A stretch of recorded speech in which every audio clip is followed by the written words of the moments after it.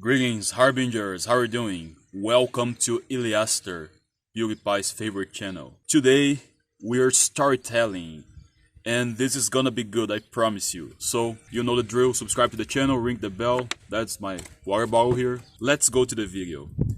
So, this is based on a real story of a famous person, so I slightly changed the names and some things of the story, but other than that, it is as every beer as pure. So without further ado, let's go to it. I'll tell the story in first person because as if the narrator is describing the person's story. So I hope you enjoy, and look how beautiful this is, all of this plants. I hope you enjoy the scenario as well. So let's go to it. I went to Switzerland. I was at dinner with my wife and some friends, and then they got into their heads that I needed to buy a watch. You were in Switzerland, right? Man, there are watches everywhere there.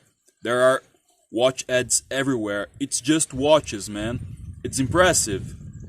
And they convinced me that I needed to buy a watch. I'm not one to buy expensive stuff, not because I can't afford it. I'm pretty chill, but because I don't care much, I'm not really into that stuff. But they started saying that I should buy a watch because I was in Switzerland. I want to know the price of this watch, We'll get to that part. Dude, you won't even know if I managed to buy it. So what happened is that they convinced me that I needed to buy a watch. I said no, but they kept insisting. So I said, okay, let's buy a watch then. But they said, it has to be a good watch. And I said, what's a good watch? They used the wrong triggers to make you buy a watch. Later, I'll tell you what a good watch is. So I thought, a Rolex. And they were like, nah, not a Rolex. Because for me, a Rolex is a Rolex, It's top notch, I thought. And they said, no, you're gonna find out there are others above Rolex. Exactly. The power of the brand, right? For example, you're a guy who's not into watches, but Rolex exists. In Formula 1, in magazines, they're always Rolex. I thought, okay, I get it. It's a watch and all that. And then they said, no, you're going to buy a Patek Philippe. Have you heard of it? I never heard of it. And they said, dude, it's above Rolex. It's amazing. I thought, okay, how much does it cost? It's like buying an apartment in Santa Monica Pier with a few Rolexes. And then I said, no way. Then a guy came over, a really nice guy, and he said, if you're going to buy a Patek Philippe, I'll help you out. Wait a second, see if I can get it. He said, I have to help with the purchase. And then I thought, what a generous heart this guy has. I'll help you out to pay for it. I clenched my fist and thought, how much does this watch cost? I think it's time we bought one of these watches. You're going to pass this down to your kids and so on. I said, okay, I am going to buy this watch. And then in the next morning, we agreed we'd go to the store. So we went to the store, and there was also James, Robert, and some other friends. So we went for breakfast, and I went to Starbucks. I had like a coffee and eggs Benedict, and I paid like 100 Swiss francs. Like, what the heck, I wonder how much does this watch really cost? After breakfast, we went to the store. We went in Patek Philippe in Geneva, a huge store. You think in Switzerland there is no robbery, but to get into Patek Philippe store, there were 2 security guards and a bulletproof glass door. I said, why is this place so secure? They opened the door, I went in. Then the door closed behind me. Then another door opened and I went in. For these watches, there are security protocols. You don't just buy one of these things. You don't just walk out the store with a little bag. There are things I had never seen before. But I thought, in Switzerland, you don't need this. Nobody steals here. But when I entered the store, it was like a super fancy place, with carpets and beautiful stuff, few objects, and behind the bulletproof glass. So you look at the watch and there's no price tag underneath. Do you know why? Because your eye automatically goes to the most expensive or the second most expensive. It's like that. Sometimes it doesn't happen to me, but it does to my wife. There's something that happens there. So we started looking at these beautiful, wonderful watches. It was impressive. I had no idea about watch prices. So I spent minutes looking at watches. Nobody came to help me. And I thought, what's going on here? So I started to get annoyed, right? Then there was a little room at the back of the store, and there was a guy who looked like Don Corleone, you know, with his slick back hair. He had a suit. He was an impressive guy, classy. So I went up to him and said, "Hey, can someone come and help us?" He stood up as if I was bothering him, you know. Then he brought me to the receptionist and said, "Talk to her." So I talked to the receptionist and she asked, "Do you want coffee or water?" I said, "No, I just want someone to help me." So she brought a salesman over and he said, "What are you looking for?" So I thought, okay, like a watch, you know? Something that tells me the time or something like that. But what are you looking for? And I said, "Oh, something kind of sporty here, but also classic." I think that the guy instantly realized I had no idea what I was talking about, because I really didn't know what I wanted. I just wanted a watch, you know. I know I had to leave with a watch. So he said, "Well, we do not have it." I said, "How do you not have a watch here?" He said, "Well, we don't have it." I said, "But don't you sell watches? You're a watch store." He said, "Yeah, but we're out of watches." And I said, "Dude, how are you out of watches in a watch store?" He said, "Well, you see, we only get 2 watches a month, and soon as we get them, they are already reserved by families on the waiting list. They buy them as soon as we get them, so I cannot sell you a watch." I said, "What? How can you prioritize people like this?" He said, "No, it's not like this. It's families who have been buying from us for over 200 years here in Geneva." And then I said, "But I have family here." And he said, "No, sorry, they can't buy it either." And then I thought the guy was messing with me. I said, "Dude, how do I buy a watch then?" I started to get angry. Then I said, "I want to buy a really good watch." But the anger hadn't reached out its peak yet. It got worse. I said, "Man, I want any watch. I want a watch." He said, "We don't have watches." Then my wife came in and said, "How is this possible? How do you buy a watch here?" He said, "Well, you have to build a relationship with us, because these families have years of relationship." Then we started to get desperate. Really desperate. So I said, "Okay, I'll just have to buy one duty-free." He said, "Duty-free? Yeah, how do I order a watch or something?" He said, "Don't worry, you can order a watch, but will it arrive in time? Because I'm leaving Switzerland in 3 days." He said, "Well, I think it'll take years to arrive." Years? I order stuff from Amazon and it takes days. I said, "Years? You are crazy." He said, "Yes, sir, it's not possible."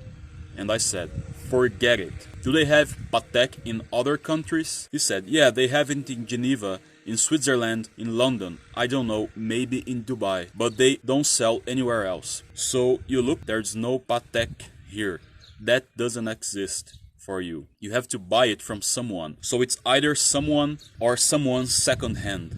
That's why Patek Philippe watches are so expensive. You pay twice the price, it's worth much more.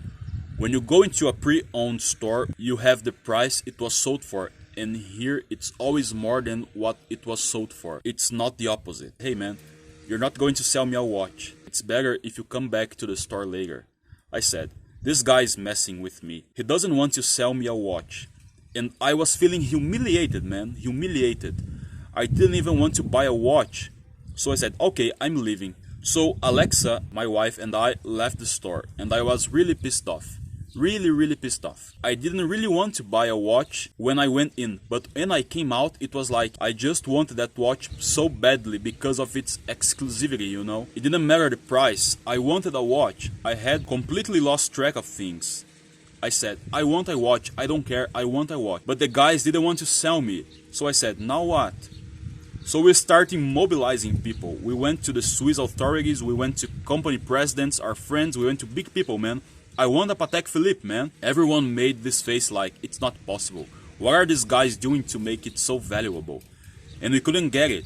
Then a friend of mine who was there met someone he hadn't seen since forever. This guy worked at UPS, you know, the logistics company. Yeah, he went up to this guy and said, "Hey, my friend Johan is there at Patek trying to buy a watch, and the guys don't want to sell it to him. He wants to buy a watch." So he had a meeting throughout the day. He looked down, saw the Patek factory, and went down to the factory and started shouting, "This is crazy, man! Johan is at Patek trying to buy a watch. If you don't want to sell it to him, close the store." So he started shouting like crazy, and everyone, you know, they were really all over the place with people. Then he got a fancy piece of paper, a really fancy piece of paper, and he wrote Salvatore on it. And he gave it to my friend. So my friend looked at it, then he gave it to my other friend, and my other friend gave it to me. And he said, "Look for Salvatore." I said, "Man, what's this? It is some sort of secret club or something? It's like a cult?" You know, he's the guy you need to talk to. So my wife and I went back to Patek. At the end of the day, Alex and I, when we got there, I said, "Salvatore." And the lady said, "Yes, of course." So she went and called Salvatore. When he arrived, guess who Salvatore was, man? The man that looked like Don Corleone. And then he came over all happy, man. He was no longer upset. "So, how are you? What are you looking for? Look how things are." I was begging and thanking him. "For God's sake, thank you so much for helping me out, man." I was thanking him because he was going to let me buy a watch that cost like a life. "How much is it?" And he started showing me some stuff. I said, "Salvatore, what do you have?" He said, "Tell me what you like best and we'll open a catalog." So I said, "Oh, I like this one." He disappeared and came back and said, "This one arrived this morning." He showed me the watch that I pointed to. I looked at the watch, man, it was exquisite, marvelous. And I didn't know about this world of watches, but it's a unique watch. It's the only one that tells me wonderfully with gold around it. It was truly amazing. You can see how the watch was made. It's impressive. It's a dual time if this one is the second in line or the first line. I can't imagine the price, so alright. I looked at the watch and already this thought came to me. Wow, I'm going to buy it, right? I'm going to buy it. And if my card doesn't go through, man, I don't know if my card would go through. I swept the card and went through, man. I took a screenshot because I've never seen a receipt this big on my phone. So I was like, wow, I bought this watch. I put it on my wrist. Impressive. I felt great, right? But then, the moment I left the store, I walked out and a person came to me offering double the price what I've just paid. Can you freaking believe it? And you know what? I'm not selling it, not even for double. What's the deal with this story? I had a great lesson.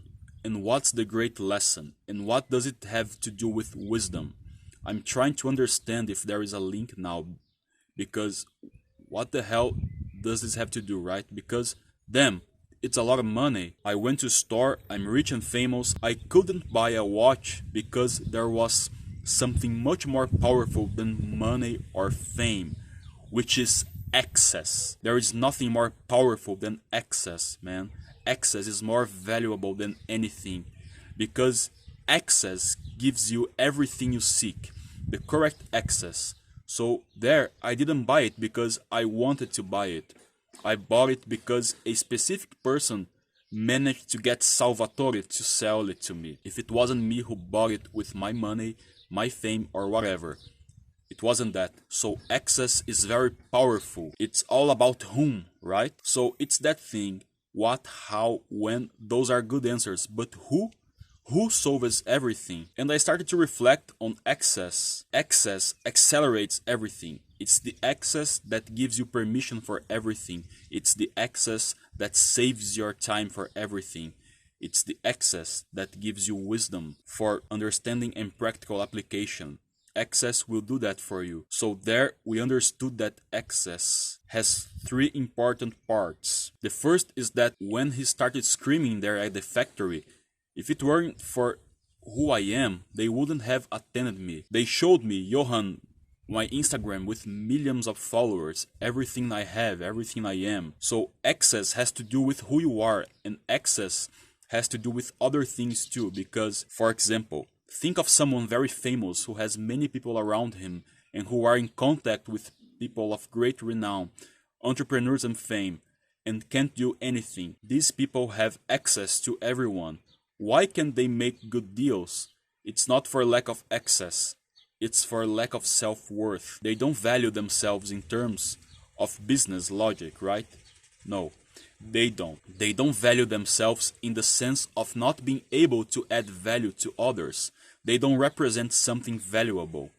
And people who are valuable, we don't want things that don't have value. So imagine, I have someone here by my side, and then I introduce this person to the biggest executive. This person has nothing to offer. They have access to the right person, but they are not the right person, so they can't enjoy the access. They can't. What do you think of this story? And can you guess how much this person paid for the watch? I won't say it. I'll let you do some research. This is very interesting because who needs a watch, you know? Well, let's take Switzerland. What do they export? I'm not quite familiar with their economy, but there are a lot of banking there. It's a tax paradise, and they are a very self-sustainable country. They don't get themselves involved in war. They have, in my opinion, the best political model in the world.